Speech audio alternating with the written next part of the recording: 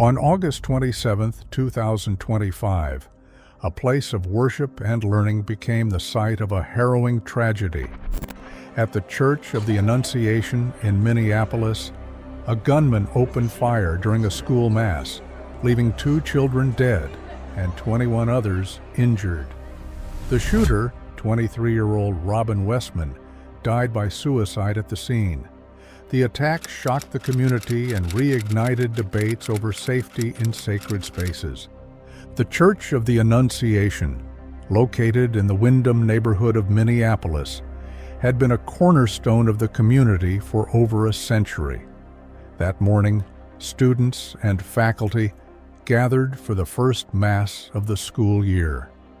At approximately 8:27 a.m., gunfire erupted. Westman fired through the church windows, targeting the congregation inside.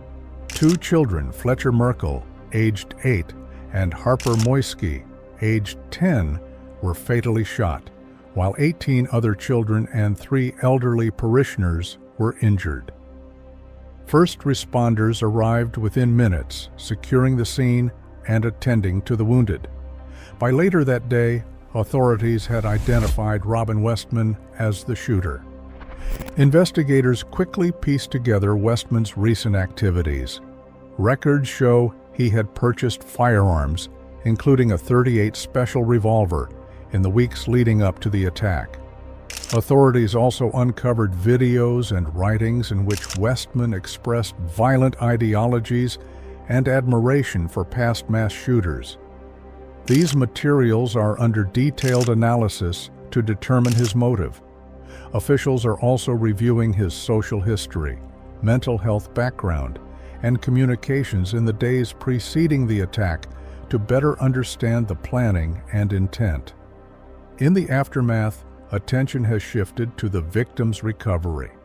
Among those injured, 12-year-old Sophia Forcius was critically wounded, but has shown remarkable signs of recovery. Hospital reports describe her progress as significant, and her family cites her resilience as extraordinary in the face of trauma. The Church of the Annunciation shooting remains under investigation, with prosecutors pursuing charges and authorities examining all available evidence, including Westman's firearms, writings, and digital footprint. The case continues to dominate local coverage, highlighting the challenge of preventing violence in spaces that were long assumed to be safe. September 10, 2025, a sunny autumn day at Utah Valley University turned into chaos and tragedy. Students and supporters had gathered for the first stop of Charlie Kirk's nationwide comeback tour, but in the middle of his speech on mass shootings and political violence, a sniper shot rang out from a rooftop 142 yards away. Kirk, 31, founder of Turning Point USA, was hit in the neck and collapsed. Emergency teams rushed him to a nearby hospital, but he was pronounced dead. The university went into lockdown as authorities launched a manhunt. 2 days later, Tyler James Robinson, 22, was arrested in St. George, Utah, after a family tip. A third-year electrical apprentice with a conservative upbringing and membership in the Church of Jesus Christ of Latter-day Saints. Investigations revealed he had become increasingly radicalized, spending significant time in online gaming and Reddit communities, where he was exposed to extremist leftist ideologies. Investigators found a destroyed note expressing his intent to kill Kirk and bullet casings engraved with anti-fascist messages.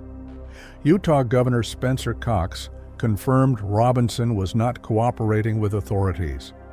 The community mourned as vigils were held both on campus and online, prompting national discussions about event security and the safety of public figures. President Donald Trump condemned the attack and announced plans to posthumously award Kirk the Presidential Medal of Freedom, while Vice President J.D. Vance honored him on his talk show. Kirk's widow, Erica, delivered a defiant address, declaring that the fire ignited by her husband's mission would echo worldwide, her words rallying supporters to continue his cause. The assassination reverberated internationally. Israeli Prime Minister Benjamin Netanyahu expressed heartbreak, calling Kirk an extraordinary friend, and highlighted their shared advocacy for Israel.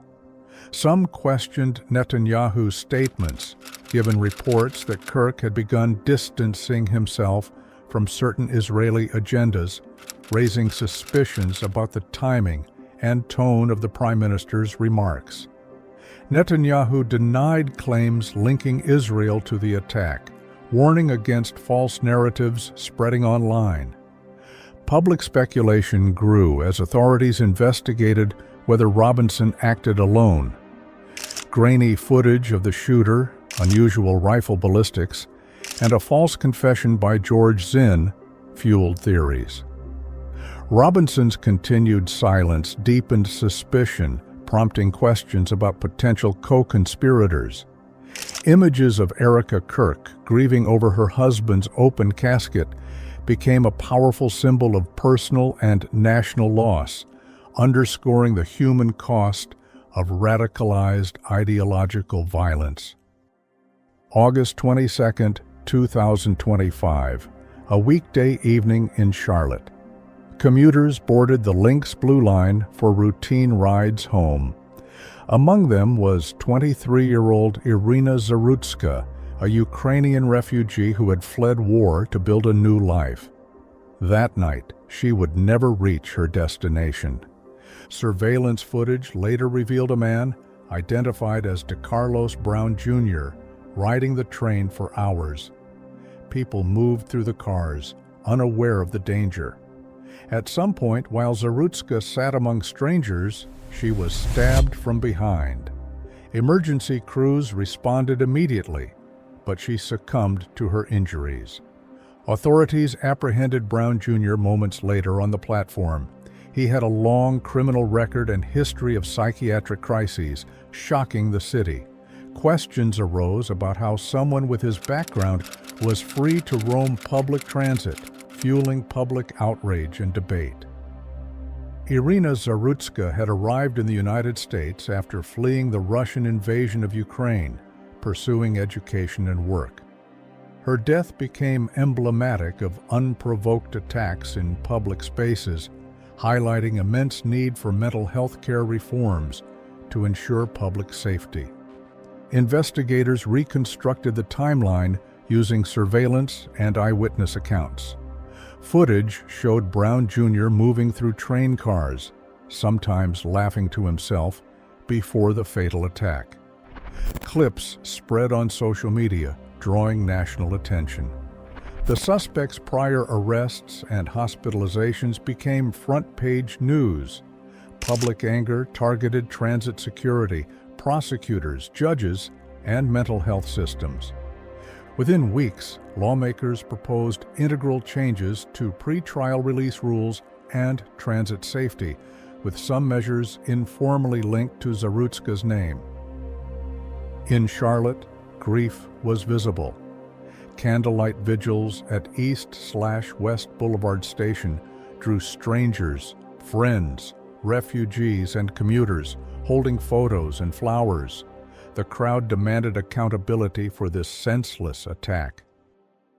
Across Minneapolis, Utah, and Charlotte, these three tragedies reveal a disturbing pattern. Violence erupting in spaces once considered safe, churches, campuses, and public transit. Each assailant acted with devastating precision, yet their motivations varied: radical ideology, personal obsession, and untreated mental health crises, all converging in sudden public acts that shattered ordinary life in the blink of an eye. The victims, from children to commuters to public figures, became unwilling witnesses to humanity's fragility, forcing communities and authorities alike to confront how societal breakdowns, personal histories, and chance intersect to allow horror to unfold. In each instance, the aftermath highlights the tension between individual culpability and systemic responsibility, leaving questions about predictability, prevention, and the limits of security. How do we understand and mitigate risks in a world where danger can strike anyone, anywhere? In confronting such tragedies, how do we balance justice for perpetrators with responsibility for the systems that failed to prevent them?